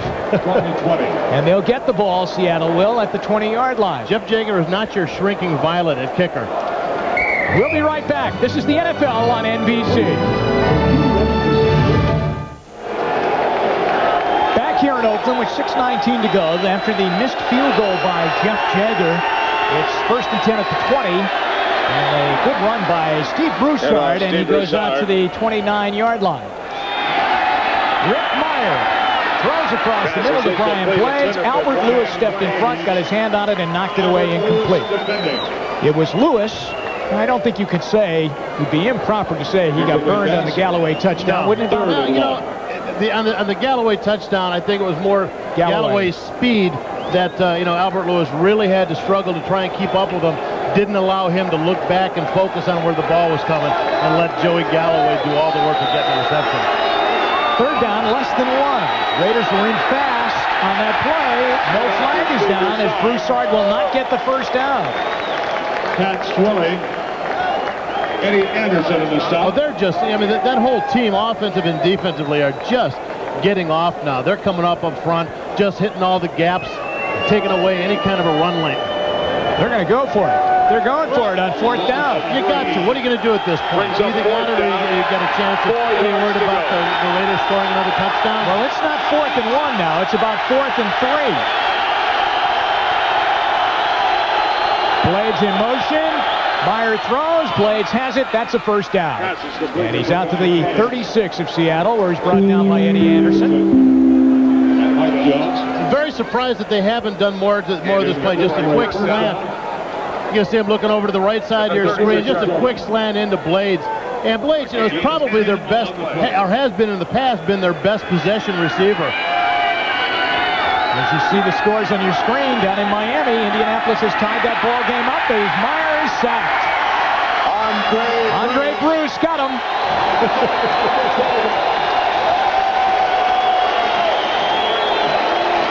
I'm telling you, Jim, there is something going on here in this Oakland Coliseum between this fans and this team. There really is. Second and 17. Second down 17. Bruce just making beating the Howard Ballard around the outside up in the top side of your screen, just using his quickness. Meyer steps up. Blades is wide open. That's going to be a first down. Nice play as Blades has become very active in the Seahawks offense, and he's into Raider territory at the 47. And the one thing we're seeing out of Rick Meyer in the second half, too, is he doesn't have the happy feet anymore. He was getting bumped a little bit in the first half, and he seemed unsure about where he was throwing. Now he's still getting some hits, but it's like, hey, he feels like, hey, you know what? I'm settling down. I'm making some completions. All kinds of time. Crosses it down the middle to the Raider 35. Rob Thomas is underneath it, and it is a good catch. Even though the Raider secondary is waving incomplete, it is a fair catch. Let's see, he's scooping it up on the infield. Oh, he got it. He got it. Nice play at shortstop. First down at the 35-yard line.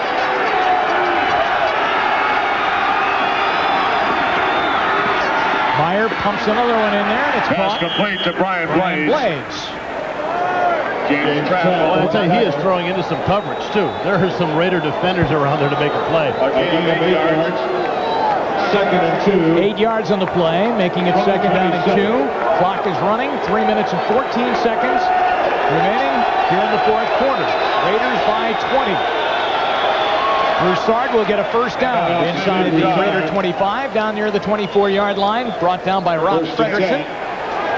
Now they're a little fight here between Broussard and pick up the Raider there. That's trying to get in there. James Trapp. Picked up the ball carrier. Must have been trying to steal the ball away, huh? Well, you know, on this side, at this point in the game, I mean, Seattle's got to be a little frustrated. They're having, you know, flashes of success. This drive, obviously, a very nice one for them. Here comes Trapp on a blitz. Meyer got away, then tried to shovel it to Broussard, and it's incomplete. Broussard just wasn't ready. He just did not see that one coming. Let's check in right now with Greg Gumbel once again in New York. Mike Jones under coverage.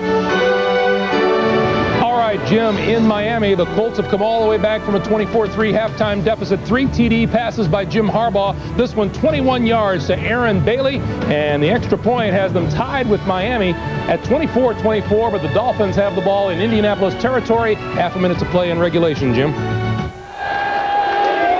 All right, thanks, Greg. What a nice comeback by the Indianapolis Colts. Meyer wide open. Blades. Oh, what a hit by Derek Hoskins. And Blades isn't getting up.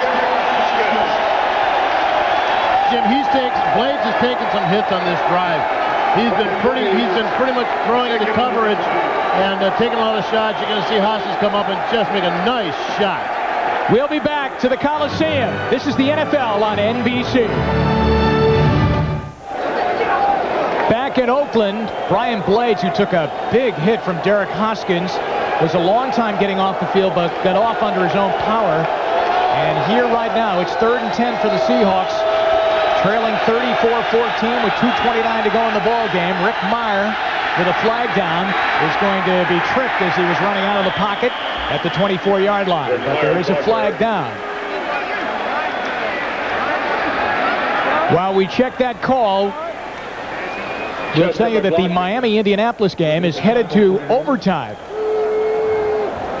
Offside, 56 defense. Pat Swilling was offside. Pete Stoyanovich missed the field goal right at the end of regulation time, so heading to overtime, 24-24. 54-yard field goal. Very, very well put. Speaks for itself. And time permitting, we'll go to then join them in the overtime of that ball game, if it's still going on, unless they have a quick winner there in Miami. 24-24. That's quite a game between the Colts and the Dolphins. Here's Rick Meyer on 3rd down, and he's going down. is on the bottom of the pack, and he's got Meyer and brings him down. It's 4th down, and of course they'll go for it. At this stage of the game, down by 20. Now Rick Meyer that time just figures he'll find a little open space up the middle and squeak up, but Jerry Ball really closed down the center of that line. 4th down and 7. They didn't get the playoff. Wow, 4th down with 2 minutes to go here in the ball game. We'll be right back. Well, Bob Golick is going to get married probably in February, and I'm getting married to that girl, Karen Baughman. Hey, baby. The sad thing is the Raiders keep playing like this. She may get that Super Bowl ring that I never got. Karen Baughman, my fiance. Rick Meyer with 2 minutes to go, and the catch is made by Rob Thomas. He dives at the goal line, and let's see, are they going to give it to him? No, they're going to stop him down just shy of going in for the touchdown. Let's go to New York right now. Greg Gumbel for an update on the Dolphins and the Colts. All right, Jim, you talked about them going to overtime. It almost wasn't the case with 12 seconds to play. Stojanovic from 49 yards out just missed it to the left. They're in overtime. The Colts won the toss. They have the football tied at 24, Jim. Thanks very much, Greg. Here in Oakland with 1:46 remaining.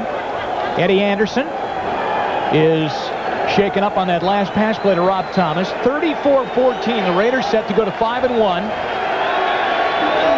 Seattle will drop to 2-3, but they're just going to try and get in one more time here before the afternoon is done.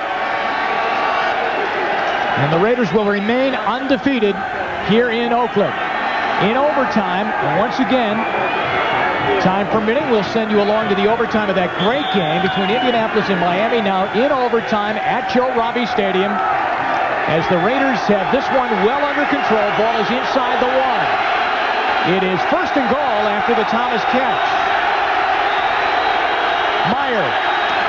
They're not going to get him. He got hit back at the 2. It's Chester McLaughlin. Now, Jim, look at the problem. Look where the offensive line for the Seattle Seahawks are. They're about 1.5 yards back from where the ball started. It just goes to show Chester McLaughlin, Jerry Ball, and the rest of those guys up front are just driving through those gaps. It's Smith, the fullback, Warren, the tailback. 2nd down and goal. This time Smith bangs left side. He's not going to get there. It will be 3rd and goal. Well, you know the Raider tradition, there's always been a lot of pride in this defense. And right now, regardless of what the score is, they are not going to let them in if they can help it. Timeout is called for by Seattle with 1:11 remaining in the ball game. Crowd is urging their defensive guys on to hold them out of there. Don't let them get in. For a group that's just getting to know each other again, and I mean the Raiders and these Oakland fans, they seem to be getting along famously. You know, a lot of people talked about how much of a factor they're going to be, Jim, but, you know, I had to wonder after all those years if it was going to really be so, but we have seen the relationship develop today. Now the AFC West, we can take a peek at that because Oakland's going to win here today. They'll go to 5-1. Kansas City will play San Diego tomorrow. So the Chiefs would need a win to keep pace. Seattle's going to drop to 2-3. Denver is 2-3. Now, right now, Oakland is the team that really has momentum. We'll have to wait for the Monday night game to see if anybody else can keep up with them. 3rd down and goal after being stopped twice. From inside the 1. They're going to go wide this time with Ballard leading the way. They didn't get there. Albert Lewis.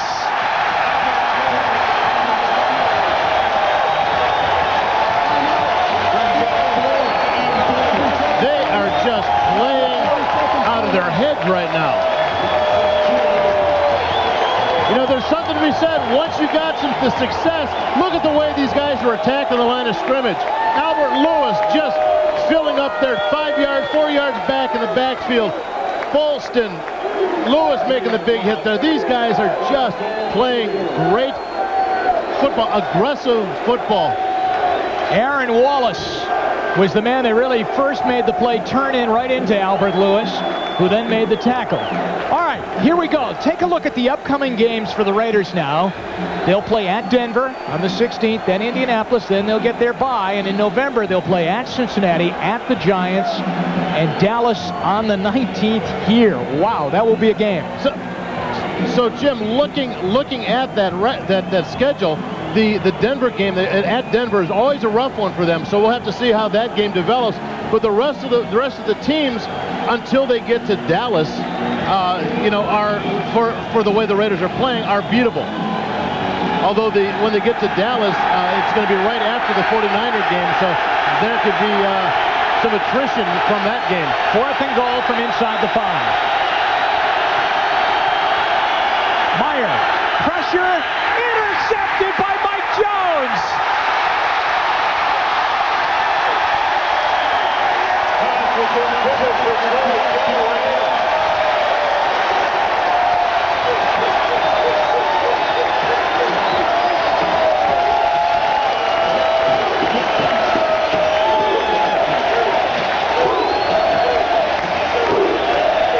Jones on the right side of your screen, just dropping back in his zone, reading where the ball's being thrown. Didn't even have to move that far.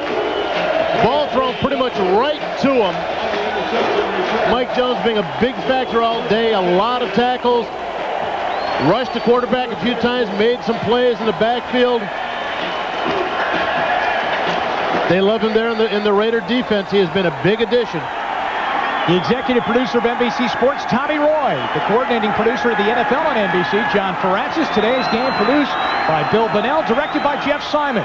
The NFL on NBC halftime report produced by Ricky Diamond.